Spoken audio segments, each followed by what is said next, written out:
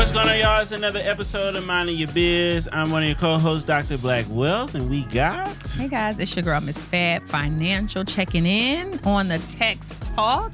Right. Number one network for all things business all for the things culture. Business. Make sure you like, share, subscribe. Listen, we are trying to hit a goal of 1,000 subscribers. If you would do us the favor as hitting that subscribe button, like, share our podcast so we can hit our goal of 1,000 subscribers. It's going to help us bring more content, more guests, and bring you more info. That's right. All right. So today we're going to break down top savings for an LLC. If you are an LLC owner, your top saving strategies to pay taxes as an LLC and the new 1099K ruling. Okay. All right. So as a general savings rule, we got savings. A general savings rule, we possibly think savings between 30 to 40% of your business profits for taxes on a quarterly basis. If you live in a high tax state or in a high tax bracket, aim for 35 to 45%. The taxes you want to consider: federal income tax ranges from 0 to 37%. State taxes from 0 to 13%. Self-employment is 15.3%. You might be in a state where you have to do franchise tax, like Texas or Cali. You might have property taxes if you own property. Yeah. And you might have excess taxes if you got city taxes. Yeah. A saving strategies will be to separate business savings from profit. Personal. Okay, from profit. All right. So we're going to do this. The first one is saving strategy, saving business savings from profit, right? For business with few large transactions, save 30 to 40%, or shift income from 30 to 40%. What do you think about that savings? The question will be, is that a good percentage for people to generalize for a first savings strategy? 30%. 30 to 40% of profit? That's high. That's a lot. high. That's a lot. Yeah. And we're saving for taxes. Right. I would go 15. 30 is high. That's high for profit. I mean, 30% of your profit for tax. I mean, I would do 15. I would do 30 short-term and another 30 long-term savings, right? So I could do squirreling away 30% of your monthly profit if you had your ducks in a row with everything else. Like if you were paying yourself a W-2, if you were managing and budget your money, like if all those other things were itemized out and you had a true 30% profit, then you had a true profit pulling 30% out of that for taxes. I still think it's high, but I'm gonna give it a C. I think 15 is where I'm at. Where you at? I'm at 15%. Okay, cool. I mean, I like it. I think I like the overreach. I'm gonna give it an A, like an overreach of I'm gonna save 30% of every sale we come in. I'm gonna people don't save. They so undisciplined. Deal off 70%, and either quarterly or at the end of the year, I might have a little bonus. I would love if that's reality. People don't do it. The folks, no. Give them 15%. All right. They ain't gonna do 30 anyway, so just go ahead. I got you.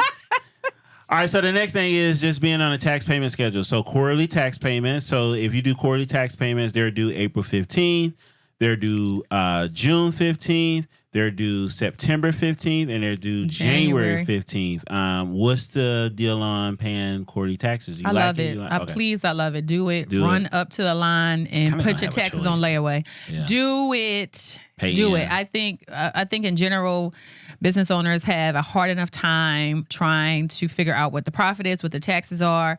If you pay your taxes quarterly, at the end of the day, you probably will end up getting a refund at the end of the year or not owing as much. Yeah. And I think it also helps you understand your numbers per quarter, right? I think if business owners pay their taxes quarterly, they will also have a better idea of what the business is doing quarterly versus, let me wait to the end of the year. Yeah. It's a mad dash.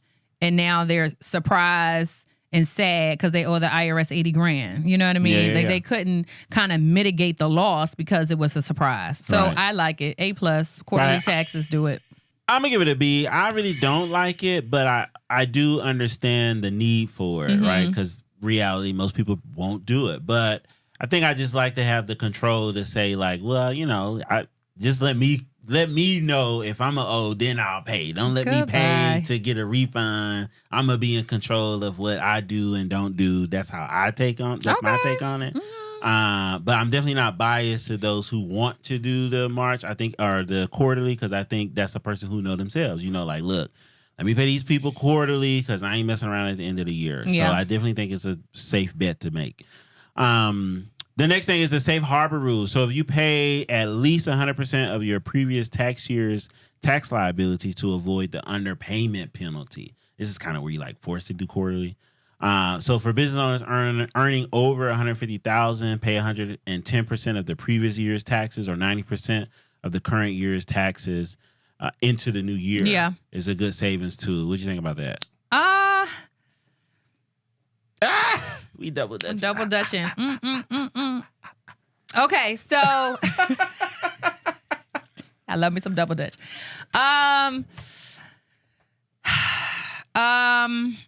There's a lot of ums. I know they're gonna chew me up in the comments. Right. I hate when people do I'm thinking, y'all. I will give it a C. Okay. I like the idea of it. Yeah. Just pay your taxes quarterly. Right. I think the estimation of let me just pay what I owed last year and get it done. I don't know. It's kind of like unsafe, but safe harbor. It's a play on words. I get it. Right. But I feel like it's one of those tax strategies or laws or that shouldn't even be a thing. I just think it allows for more confusion for people. What is that really? I got you. Just I think it just gives more business owners time to be flagrant and not disciplined in their business. I think to be let me just, unless you can give me a strategic reason. I know maybe in the comments y'all gonna do it. The benefit of doing that. Well, it would be so. Let me grade it and I'll tell you. I'll definitely give it a I give it a B.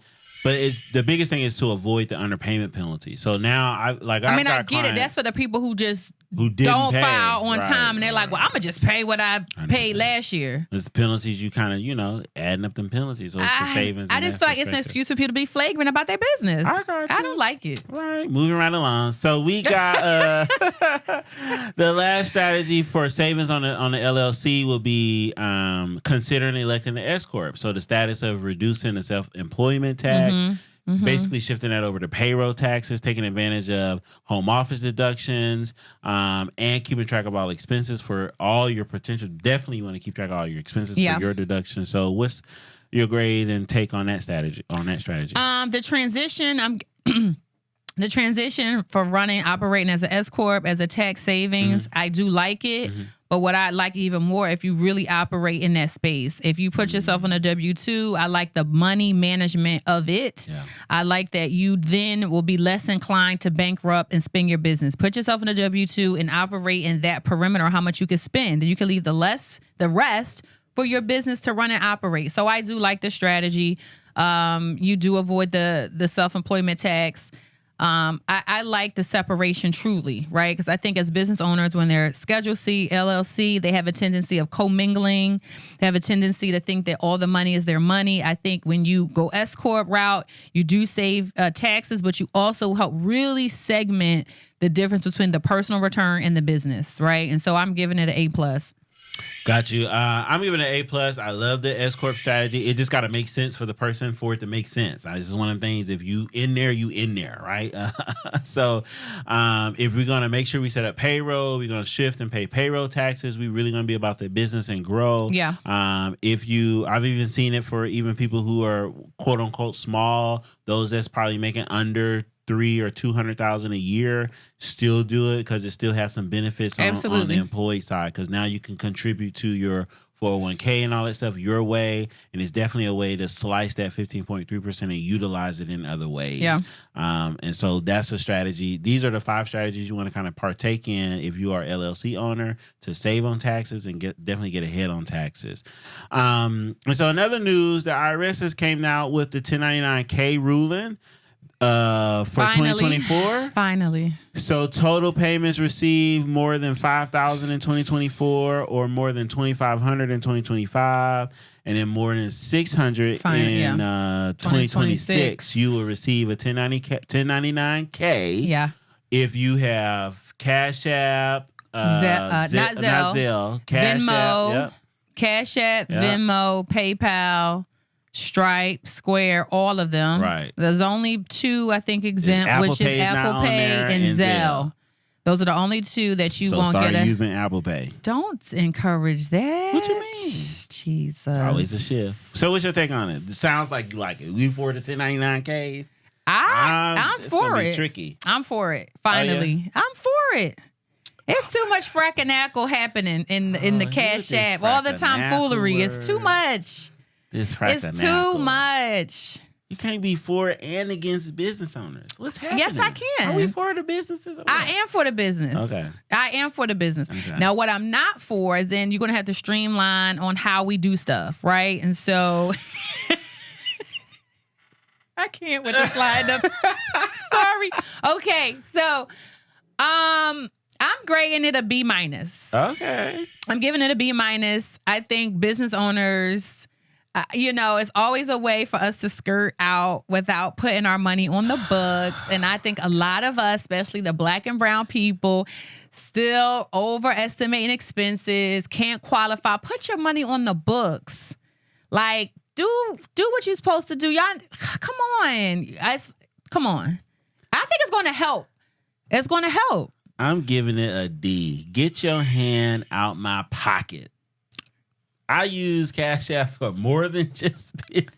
A lot of people do. So a lot of people do. It's too much work to sort out like what's personal, what's this, what's that. Now, the flip side to my D is I am a CFO for clients and we run a firm. So I do like streamline understanding how much money we making and what's going out. Absolutely. So, less on the Cash App for business transactions and more invoices so you can see what's happening or wires so things are going directly in the bank accounts. And I'm just speaking from experience. I'm already knowing 9 times out of 10, money that might hit my Cash App ain't going to make it to the bank.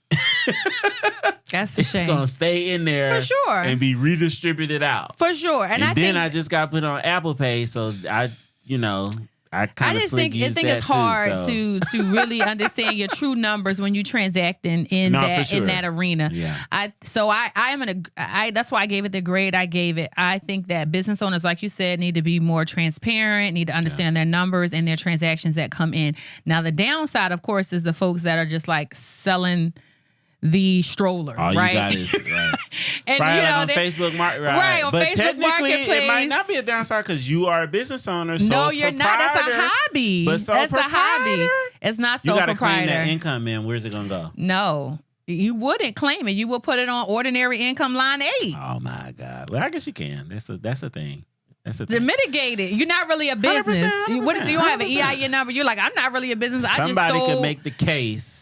Sure, you can. They have regular garage sales, like thrift shop, like having once a month. Right. Come to then you do have a business. Estate situation. Then you do have a business. I'm talking about people that's like a one-time thing. I bought some tickets to the Usher concert. I couldn't go, and I had to put them on StubHub, but that's for games or whatever. Did I have to put them on a sale, and then someone gave me $2,500. I'm gonna get a 1099. So then you got to minus what's the true profit, what I paid for.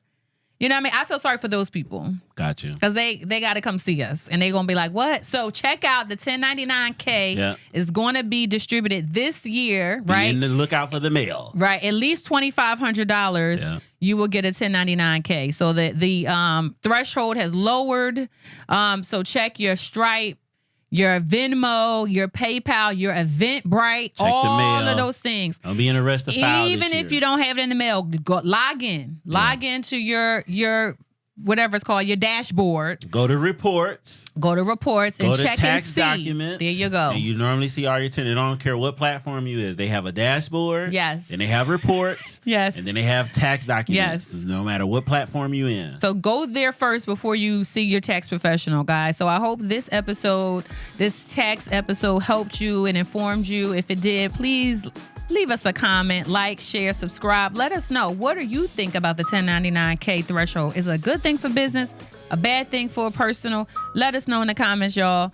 Thank you for this episode of Minding Your Biz. And we out.